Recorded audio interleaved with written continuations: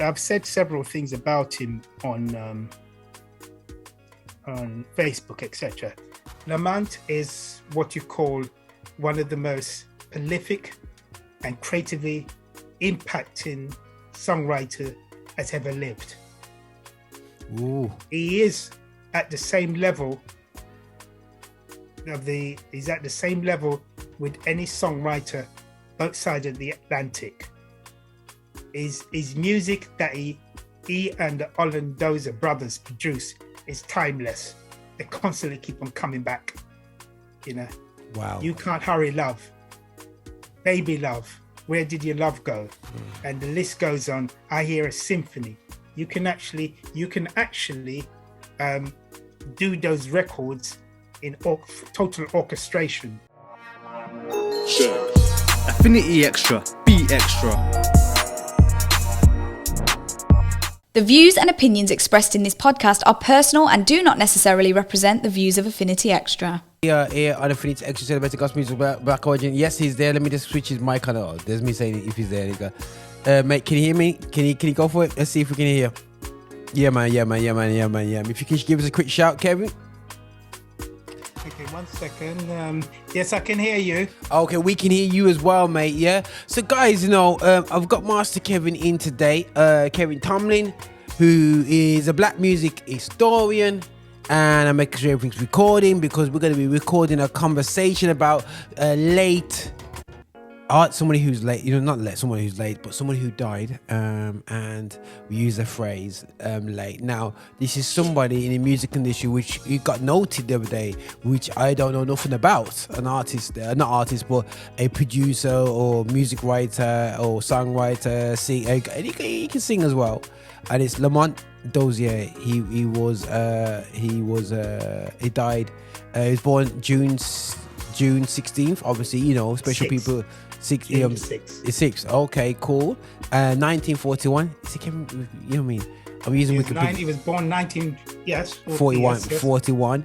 And died the 8th of August, just the other day. And 81 years. 81 years, man. And you know what, guys? He's from an area which Kevin mentions almost every time when he refers to a hotbed of music for black people, which is Detroit, Michigan. Yeah. So it's coming from that hotbed of talent. It seems like the times before we had PlayStation and all them things there, young people were using the talent in music, and he was behind 14 US Billboard No.1s and also 4 No.1s in the UK.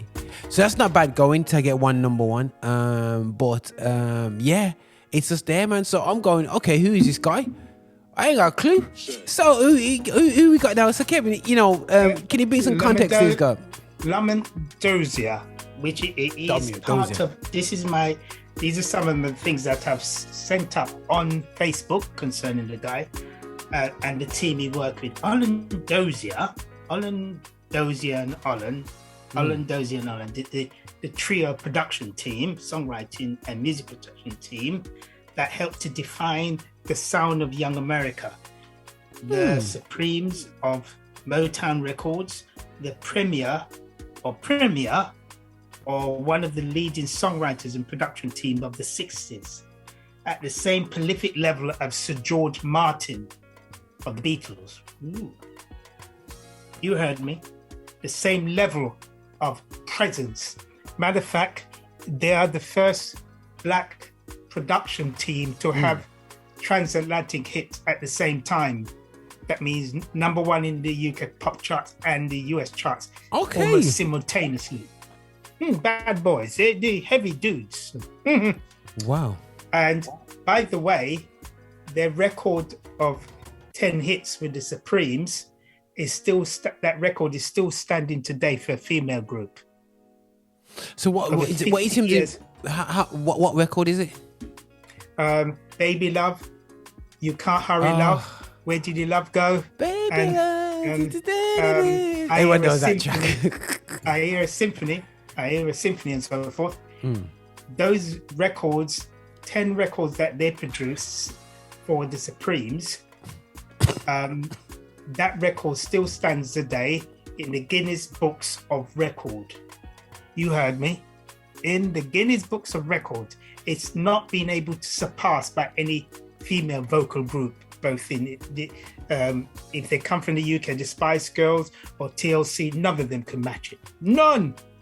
Wow. And the thing is, they're thinking that we would have easily beaten that record by now. No, they can't. Wow.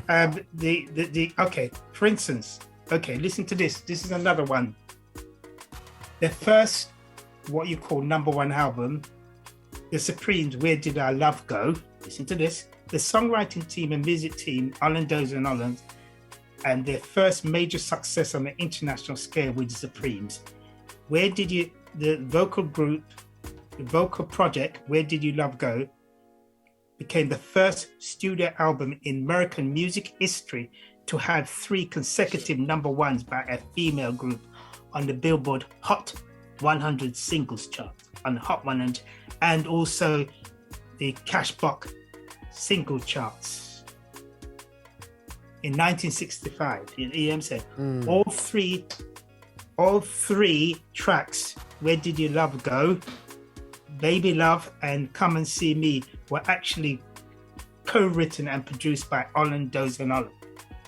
They had 3 in one go, from one album, 3 #1s across the Cashbox chart and the Billboard Hot 100, both. Jeez. Now and then in the middle of that, my friend, Baby Love went #1 in the UK. It crossed over. It was a creative export to the UK. Okay, yeah, because that track is it's in like, you know, everybody. That's a track that you find in a lot of things in the background. It's not one that I must admit I've actually gone out of my way to play, but it's everybody kind of know it from something on TV, like it's either the Baby Love is either in advertisements, film soundtracks, television specials. Look, Baby Love was #1 on the UK charts, and commencing on the 28th of October 1964, and stayed there for 2 weeks, bruv. And I think it spent about 15 to 13 weeks in the top 5.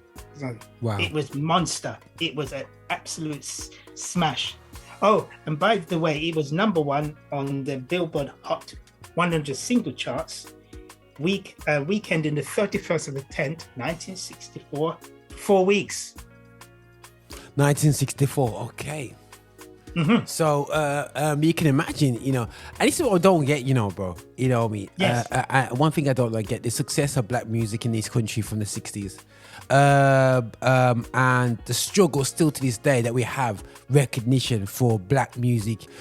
It's amazing how I think that US creatives seem to have a okay passage, but I find that UK creatives seem to struggle a lot more to make an impact. I don't know what that is, man. And if you're thinking about it from the 60s, black music was purchased in the droves. I don't know if it's a culture of, oh, well, they're not from over here, we enjoy that, or what, bro? Because I'm not saying our music's exactly the same as the Americans, but you would think that because of the dramas that we're facing systemically and personally because of racism, definitely in the 60s and 70s and 80s, it's amazing how much black music they bought. Amazing. Well, okay. The thing about it, when you think about black music in particular, the Rod Stewart's, the Beatles, the Rolling Stones, the Animals, the Cream, which had Eric Clapton in it, and Phil Collins, David Bowie, and the list goes on. And of course, Simply Red as well. Mm-hmm. We're going a little bit earlier now. We're going back to the... all these people say that their main influence was from black creatives, or called from the US.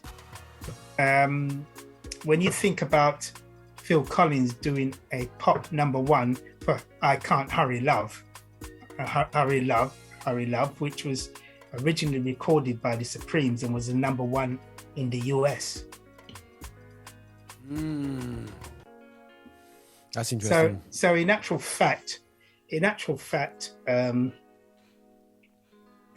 the US creative entities, black creative entities, had a tremendous impact. Matter of fact, the British market really never grows substantially until they adapt those US sounds, you know. It didn't really become a major third creative power broker in terms of size until it's most of the significant hits as black musical DNA written into them. It's almost a part of the creative process.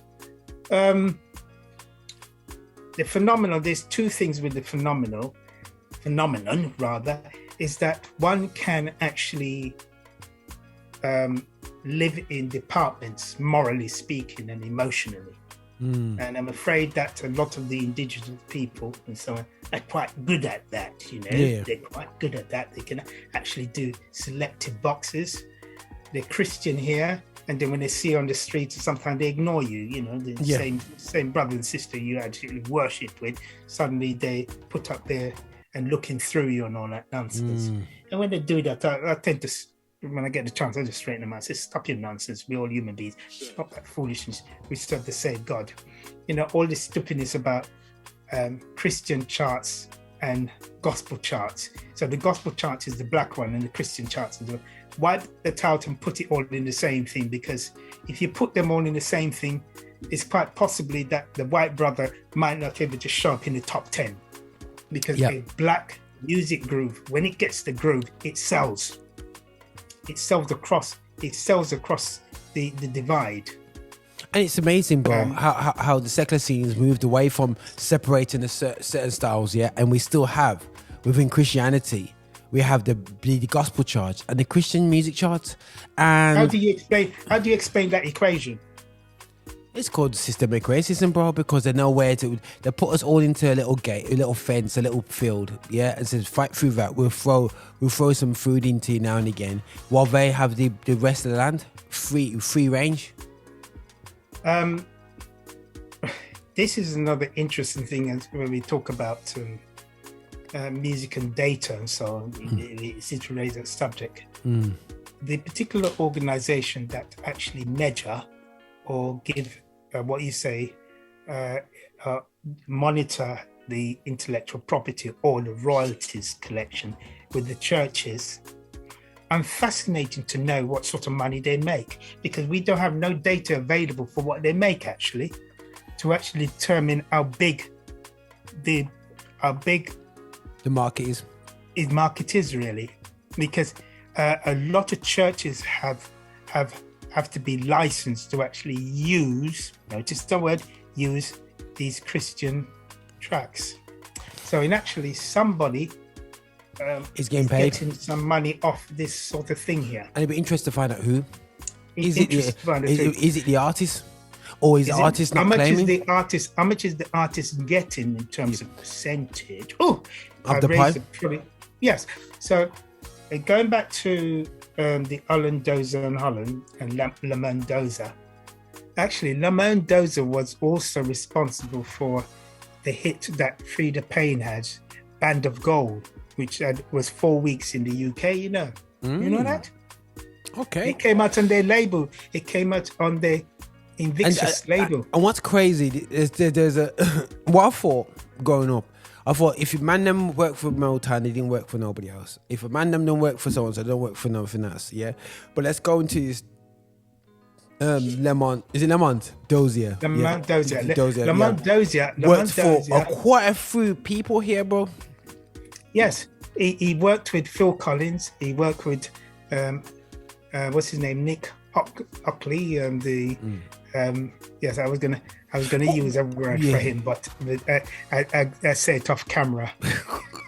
The Jamaican term we use. Yeah, man. But we don't want to use it. Well, I got a feeling it's something to do with John and a crow. But anyway, so Hey, you don't want to let what Elliot think, because boy, he it probably might mess up the brethren career. Yeah. These common thieves. Anyhow. Anyway, cool.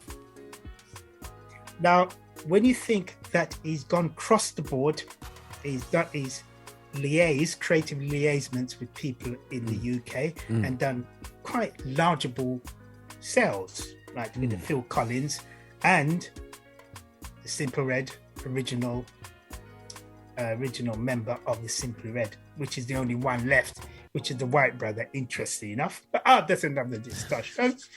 Anyhow, and when you look at the body of work, and he did body of work, he did hits as well. Some of his hits were #1 on the Cashbox R&B charts, but not on the Billboard R&B charts because he stopped at #2, peaked at #2, whatever. But he did fairly decent. He had a very sizable presence as a solo artist on these original labels that he honed with the two Lamont Dozier, the two Holland brothers, Brian Holland, and I can't remember the other one's name. But anyhow, they were joint owners after they left Motown after what you call songwriting dispute and wanted to get a better share. And Barry Gordy didn't want to give them, so they stopped producing after 67. Because it was between 1964 to 67 that they had those 10 #1 hits on the Hot 100 with the Supremes. And you have to remember now, they are, in terms of, when you look at them comparing to people such as Babyface and LA and so on, those guys have done bigger numbers, yes. But the only difference between them and Gamble Enough and so on, they didn't really match the #1s in terms of one recording act. Yeah. They haven't really matched that. They haven't really matched it at all. And Lamont Dozier and Holland, including which is the late Lamont Dozier, is part of that production and songwriting team, are the only one in the Guinness Book of Records that has actually done that.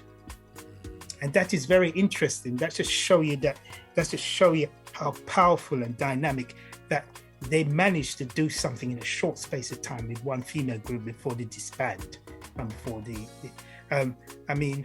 Florence, who was as the gospel flavor.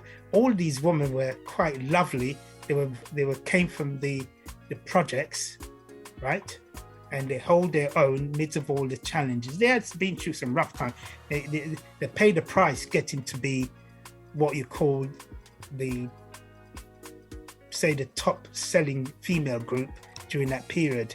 If you look at the amount of million sellers they did, I'm Gonna Make You Love Me with the Temptations, that sold 2 million copies and above. They did some nuts sales.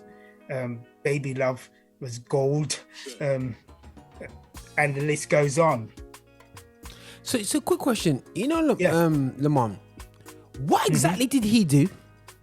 Lamont was part of the songwriting team. So he was a technocrat on the piano. Okay. He created the bass lines and so on. So he'll be going. Yes.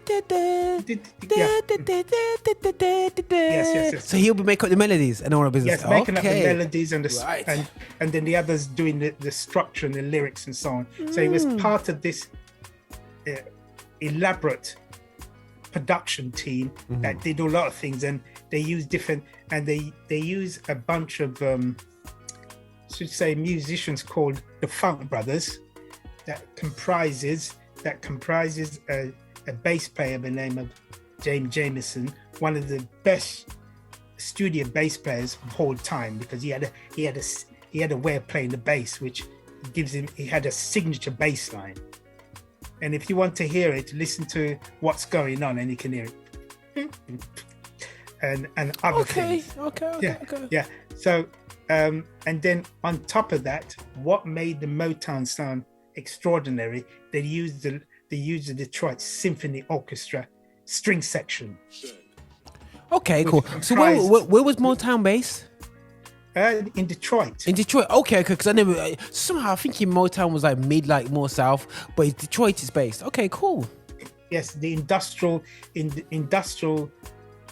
city, which was the manufacturing base for the cars, all the big major Ford, Motors, cool, Chrysler, Ford, etc. Remember these at that time during the 60s. Of course, Barry Gordy used to work at one of those plants, and then he created that quality control and that musical production line, same fashion. Wow! And of course, the rest is history because it was called the sound of young America. Okay, so that's the okay. So I get where Lamont's kind of sat. And don't forget now with Lamont, another interesting thing with them, they produce 14 pop #1 singles on the Hot 100, Billboard Hot 100, 14. So when you say Hot 100, what is that like a Hot 100 different is a pop single chart? It's the US pop single charts. So just it's like the Cashbox 100, which lasts until 96. It's where when a single reaches that level, it's moving quite sizable sales units. Does that make sense, bro? That makes total sense. Okay. Right, that's crazy. Sorry, guys, if you see, it's kind of hot up here. It's hot where you are, brother, because it's sweating out. Oh yeah, brother, it's quite intense at the moment. Yeah. So guys, excuse all the sweat if you're watching the video still, because it is hot up in here, man. I got the lights as well on top of me. It's just like, oh my gosh. Well, you got studio lights. You're gonna be sweltering, bro. Yeah, bro, it's crazy. I can see you sweating. Yes. Bro, it's crazy. But anyway, go for it, brother. Okay, look here. First Hot 100 singles was listen to this, was Where Did Your Love Go, which is the title tracks for the album. Okay. August the 22nd, 1964, 2 weeks. Boom. Hold on a minute, a few weeks time, bro. Okay. In a few weeks time, the Supremes came back again with Baby Love in the same year, 64. October the 31st rather, 4 weeks. No. And while he was doing 4 weeks, in October the 31st, it made it into the English chart on October the 28th at #1 for 2 weeks. So it was a transatlantic hit of boom, selling almost 1 million copies there, and then over 1 million copies in the US. Wow. Okay, hold on a minute. Now you're gonna get hot now, bro. You will get hot. Listen to this one. Come See About Me from the same album, hit #1, December the 19th, 1964 for 2 weeks, just before you end off 1964. So in actual fact, in 1964 alone, Motown created 3 #1s for a female group from one album. Okay, cool. And this is amongst people like Isley Brothers working with Motown for beat as well. And I think that Lamont was involved with Isley Brothers, one of the biggest creative engines in the black music history. 100%. The guys who bought out albums for joke, who's been sampled for joke, because the fact is they bought out album after album. And I believe, I would say, obviously you get the likes of Prince, only really likes of Prince and a couple of others that's brought out.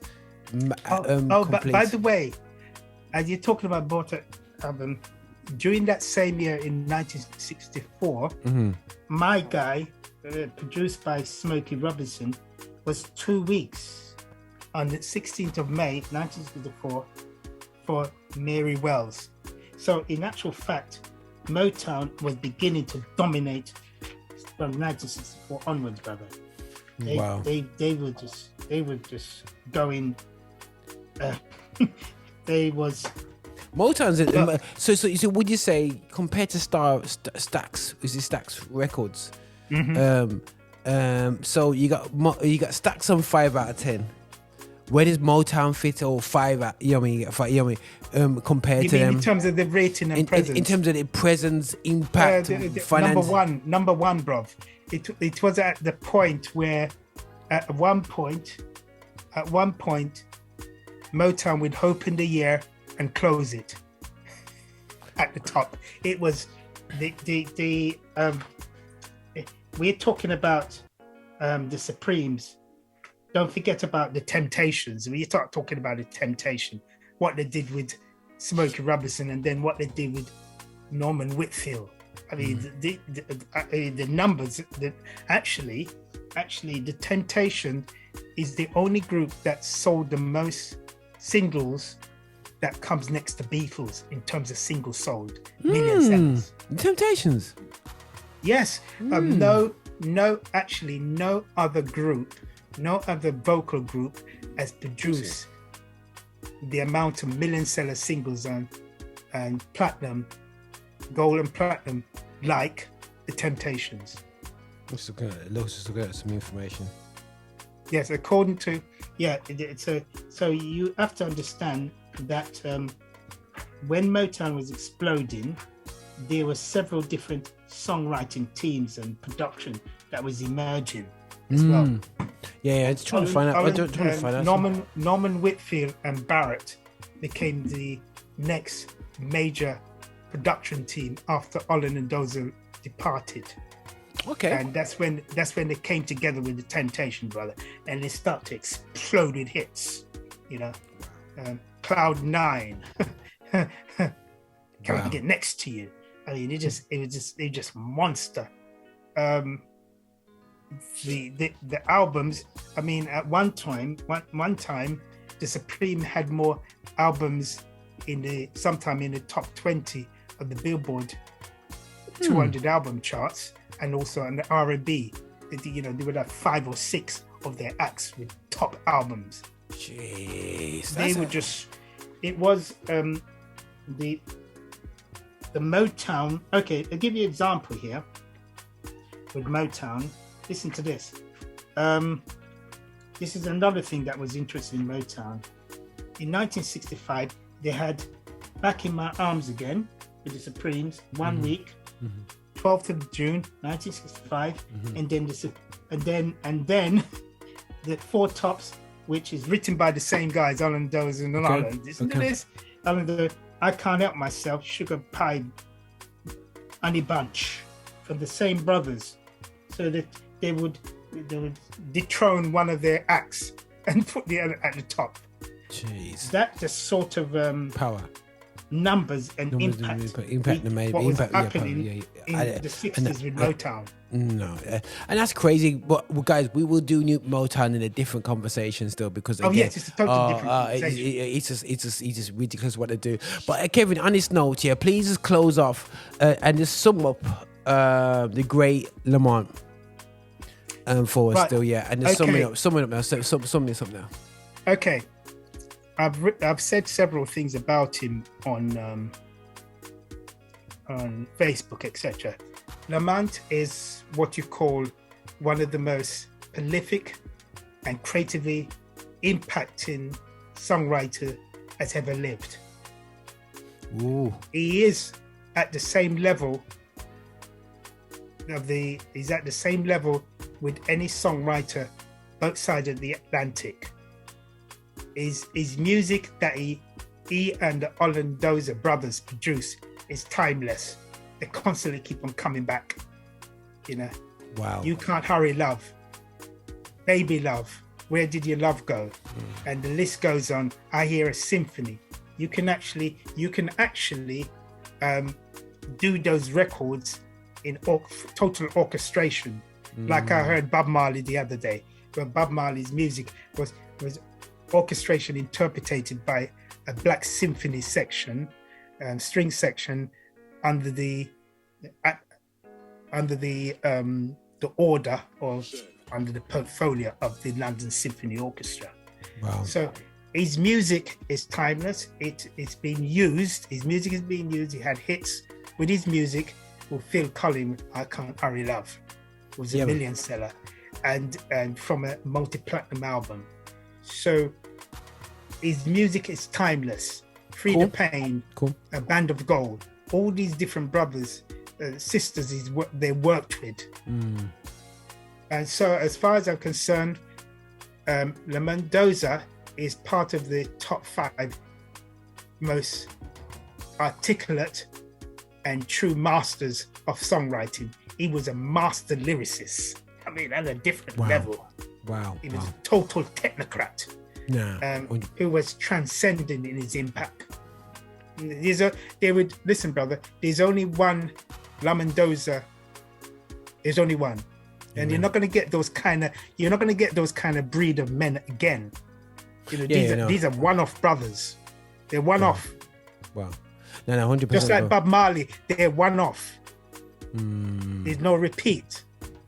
No, I hear that, brother. I hear that. I think, 100%, man. I hear you, brother. But listen, bro, on that note, we just wanted to do this emergency kind of show to honor this brother. To give credit and salute to Lamont and those who was part of profiling black music as part of the change of mindset towards I'm saying he was coming through at the charts, the old it wasn't called the urban music charts, it was called the race music charts. They were now fighting.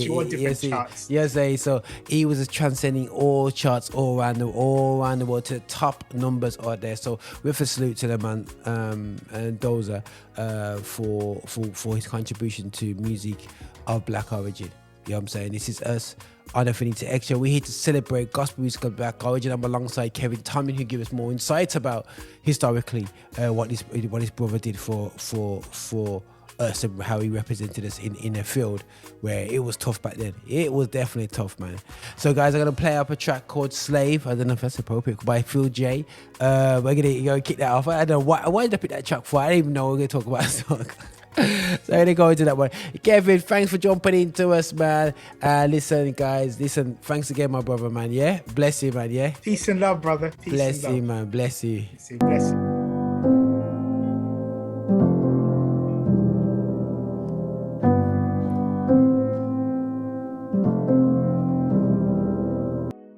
Hey, this is your Bishop. This is your Bishop from Rock Solid. Thank you so much for watching us on YouTube. Thank you so much for clicking and subscribing and also sending these videos to other people as well.